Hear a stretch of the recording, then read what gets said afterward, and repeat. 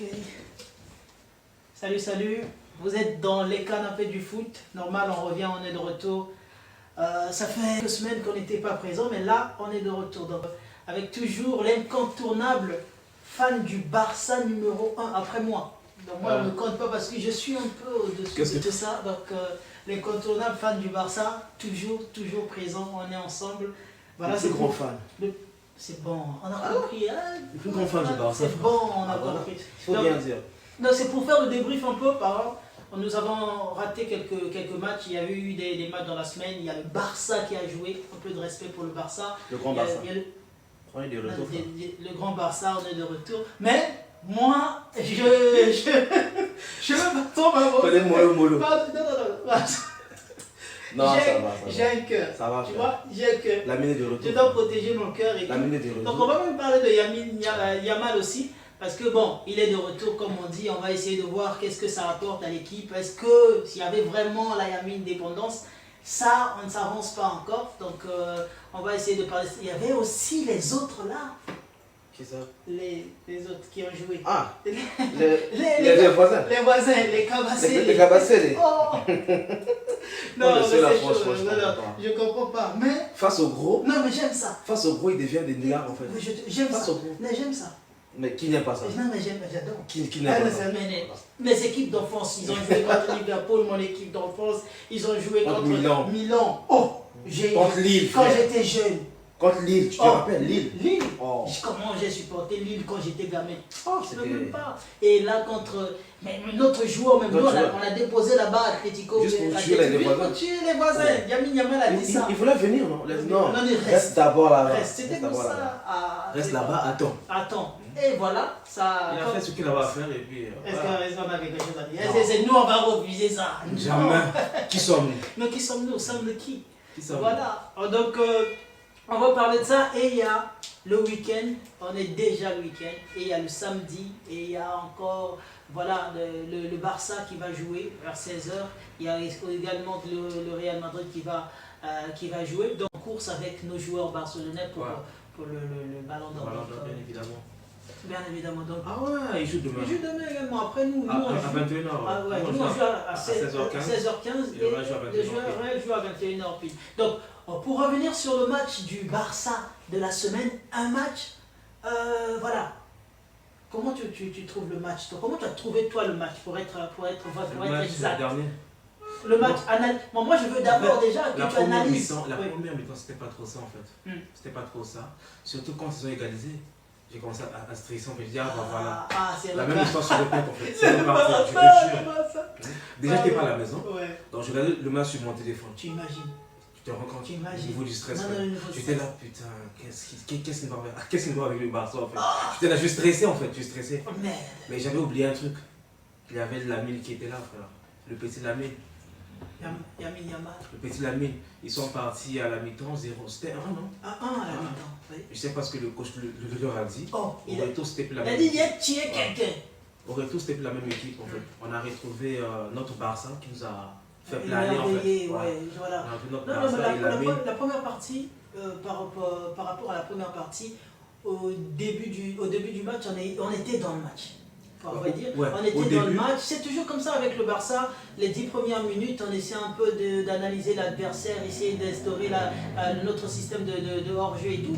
Donc, ça s'est plutôt bien passé au début du match. Après, à un moment donné, ça a commencé à être un peu serré en fait. Et il ne faut pas oublier que Mallorca, sur le papier, ça pourrait quand même paraître comme une équipe un peu en dessous du Barça surtout, mais pas du tout en dessous des équipes qui nous ont fait du...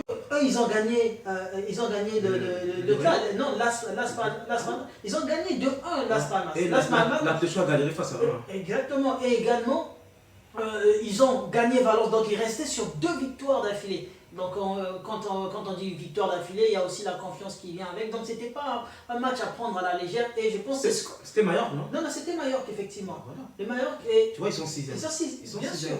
Ils restent sur 2 victoires consécutives contre l'autre là, Las Palmas, et contre Valence en dernier. Donc ils sont 6e. Et c'était un match piège pour nous. C'était un match pour tout donner. Mais le Barça, bon, quand tu es fan du Barça, d'après la légende, Rien ne peut te faire souffrir. Plus rien. Qui peut te faire souffrir? Quand tu es fan du Barça, les fans du Barça ne connaissent pas le Goumen. On ne connaît pas le Goumen. Nous, on a déjà souffert pendant des années. On a supporté les Brunswick. Une équipe où Depay est la superstar. Memphis Depay. Memphis Depay, superstar. Brunswick. Et quand le gars il se blesse, on est là. Brunswick s'est blessé. Luc de Jong. On vient de loin, de très loin. Donc, on ne peut pas connaître Goumen. Donc, mais on espérait juste relever un peu la tête. On espérait juste quelque chose de... Voilà, ça faisait 3 matchs qu'on ne gagnait pas, en championnat sans victoire. Déjà, quand tu parles même 3 matchs sans victoire, on peut croire qu'on a fait des matchs nuls. Non, c'est 2 défaites et un match nul. Et comment, quel match nul? Contre quelles équipes? Voilà, quelles équipes? Des petites équipes en fait. Et déjà, moi, ce que je m'attendais déjà à ce que, lors du match contre Mallorca, que l'équipe type soit alignée d'entrée. Mais je ne m'attendais pas au retour de Baldé. Ouais. Parce que moi, quand j'ai vu le classement, je me dis, oh, Baldé, il est là. Mais je ne m'attendais pas au retour de Baldé par rapport à... Il a fait un bon match. Actuellement, il revient. Le petit, il a arrêté de Mougou. En tout cas. Ça va, il a arrêté de... Voilà. Très bon match. Il se focalise sur le football et on aime ça. Il a compris le message qui est passé. Voilà. Donc, le message est passé. L'équipe a été alignée. Il y avait No Time qui était là. Olmo aussi, ça fait un moment qu'il marque pas. Lui est trop fragile. Il est fragile dans la peur. C'est un très bon joueur, mais il est trop fragile. Il est incapable d'enchaîner 3 matchs d'affilée. C'est ça le problème. Et ça, c'est pas pour maintenant, c'est depuis quand il est problème. Et ça, c'est pas pour maintenant, c'est depuis quand il était à Leipzig. Tu vois, donc on espère vraiment de tout cœur que l'équipe va continuer à jouer comme ça, au moins qu'on évite les blessures. Et on comprend l'importance de Casado. Casado, chapeau, merci Casado d'être là, merci d'exister, c'est vraiment quelque chose de formidable. Il est très important. Casado, que je te donne quoi? Casado n'a pas ça, comme on dit, l'aspirateur. Donc c'est chaud, tu vois. En tout cas, il a fait un bon match. Bien. Et comme toujours, même si la première partie a été un peu poussive et tout, la deuxième partie, c'est là qu'on a déroulé. C'est là le Barça qu'on aime. On a vu notre Lamine, Lambalia. Oh, notre Lambalia. Lamine Yamal. Lamine, t'es là. T'es là. 1 minute de silence pour Lamine Yamal. Non, le petit, il est fort. Non. Pourtant, il n'a pas fait un match extraordinaire. Mais il est fort. Mais regarde ce qu'il a fait en fait. Tu sais, il te fait des passes, mais celui à le serrer. Et on nous dit, non, mais il y a des gens qui s'entraînent avec Modric. Et quand je pense à ce qu'il disait, à ce qu'il voulait le comparer à Adam Goulet. C'est pas Adam Goulet, Adam Goulet. Et Kendrick, Bobby Charleston. Non mais les fans du Real Madrid, quelle audace. Qu'est-ce qu'on fumait même les gars? Qu'est-ce que vous fumez? Comparez Lamine Yamal à Arda Güler. Vous laissez Arda Güler, vous venez comparer à... C'est le jour à Hendrik ou Kendrick. On ne sait même pas comment il s'appelle. Est-ce qu'il joue toujours? Kendrick ou Hendrik ou je ne sais pas quoi. Je ne comprends pas les gens. C'est quoi? Regardez le talent à l'état pur même. Talent à l'état pur. En fait, Lamine, il n'y a pas son camarade en fait. Il n'y a pas son camarade. Il est trop fort. Il sait tout faire en fait. Il sait faire la passe, il sait dribbler. Il sait marquer. Très bonne lecture de jeu. Oh. Non, en tout cas, quel bonheur. Et attends, et tout ça à quel âge? À 17 ans. À 17 ans. Tu te rends compte? Oh. Donc, toi, de progression. Déjà, à 17 ans, tu faisais quoi? Je faisais comme ça à 17 ans. Pas de nager, je sais pas. Oh. Mais lui, à 17 ans, il est l'un des patrons d'un club comme le Barça. Comme le Barça, à 17 ans. À 17 ans, frère. Non, mais déjà, même avant de faire des comparaisons, Lamine Yamal, tu as d'un côté, là où, quelque part où l'équipe du Real, il y avait déjà Vinicius, c'est une équipe où on ne sait pas comment il gagne, mais il gagne quand même. Et bon, voilà, j'abuse un tout petit peu. Mais il était déjà dans une équipe qui marchait. Ouais. Lamine Yamal, il vient dans un Barça malade. En agonie. Lamine Yamal, -1, le petit n'allait même pas voir le jour. Si on gardait Dembélé, ça allait être rentré, repart en zone de formation. Le gars a pris ses responsabilités. Il ne faut même pas dire enfant. Aujourd'hui, Lamine Yamal, les gens disent meilleur jeune joueur. Non, il faut enlever le jeune. Non, c'est l'un des meilleurs joueurs actuellement. Exactement. Il est dans mon top 5. Et les meilleurs joueurs sont chez nous. On doit se le dire. Il est dans mon top 5. Les meilleurs joueurs sont chez nous. Moi, dernièrement, il y a même une image, je vais vous mettre l'image. L'image, on met, il y a genre un fossé. Il y a de l'autre côté Lamine Yamal, de l'autre côté le Ballon d'Or et la Ligue des Champions. Et dans le trou, il y a Aroro avec son carton rouge. Je te jure, frère. Je te l'ai toujours dit, frère. Tu m'as toujours dit ça. Et j'ai vu l'image. Je vais même mettre l'image, comme ça les gens vont voir. Si on avait battu le Paris Saint-Germain. Le Paris Saint-Germain, Dortmund était à notre portée.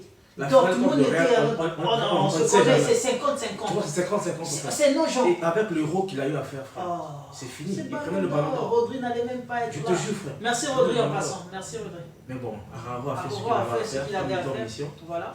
Maintenant, en parlant de Koundé, qu'est-ce que tu penses de Koundé?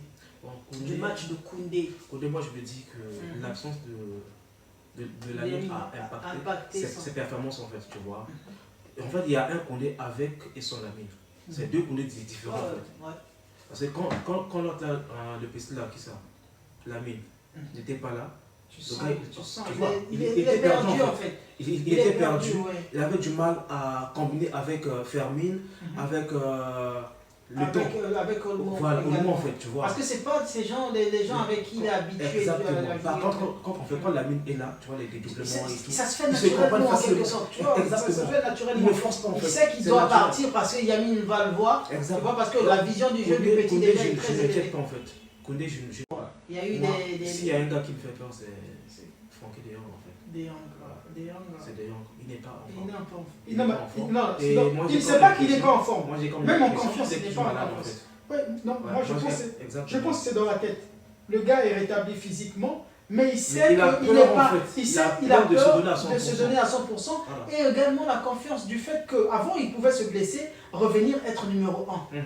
Mais aujourd'hui, tu te blesses, tu reviens, tu n'es plus numéro 1. 2 mois sans jouer. Quand il revient, il est titulaire. Il te fait un masterclass en fait. C'est normal. On se disait, mais c'est qui ce gars en fait? Tu as fait 2 mois sans jouer, tu reviens, tu fais comme si de rien n'était. Mais là, depuis qu'il est revenu, c'est plus le même joueur en fait. C'est plus le même joueur. Mais bon, on attend voir. Effectivement, on attend voir. Et ça n'aide pas aussi qu'il revienne comme ça pendant que Casado est en train de... Non, mais Casado, il est intouchable. Casado, c'est... Et il y a aussi Gavi qui fait des très bons matchs. Quand il rentre. Tu vois, quand il rentre, même quand il débute. Même dernièrement, il a fait un bon match. Il contrôle, on était mais... Gavi, c'est un Espagnol. Alors qu'il a fait une année sans jouer au football. Une année sans jouer au football. On dirait que de rien n'était, il revient, le gars il te fait ce truc normal, il fait du Gavi, fait du Gavi, carton jaune, pas carton jaune. C'est là où tu dois mettre le pied et Gavi va mettre la tête. On aime Gavi, c'est comme ça, c'est Gavi, c'est correct. Et bon, il y a Lewandowski, je pense qu'il était un peu touché. Ouais. Mais qu'est-ce que tu fatigué? On va parler de ton gars, même. Qui ça? Ton meilleur joueur de tous les temps. Requin. Ferran. Requin, non, il n'a pas sa Torres. Mais il a marqué. C'est lui qui a marqué le premier but. Tu sais ce que je me suis dit quand je suivais le match? Parce qu'avant, tu te rappelles, on l'a critiqué. Ouais. Genre, j'ai critiqué, j'ai dit, ah, il va jouer quand le classement est sorti. On s'est envoyé même les bails au même moment. Tu vois, direct. Tu sais, quand je rentre 1-0. Non, c'est qu'il a fait un faux match. Non, c'est lui. On est habitué, ça ne choque même pas. Moi, je préfère que le coach donne plus de temps de jeu au petit là. Pour Victor. Voilà, plutôt que l'autre, la Ferran. Parce que Ferran, il a fait 3 au Barça.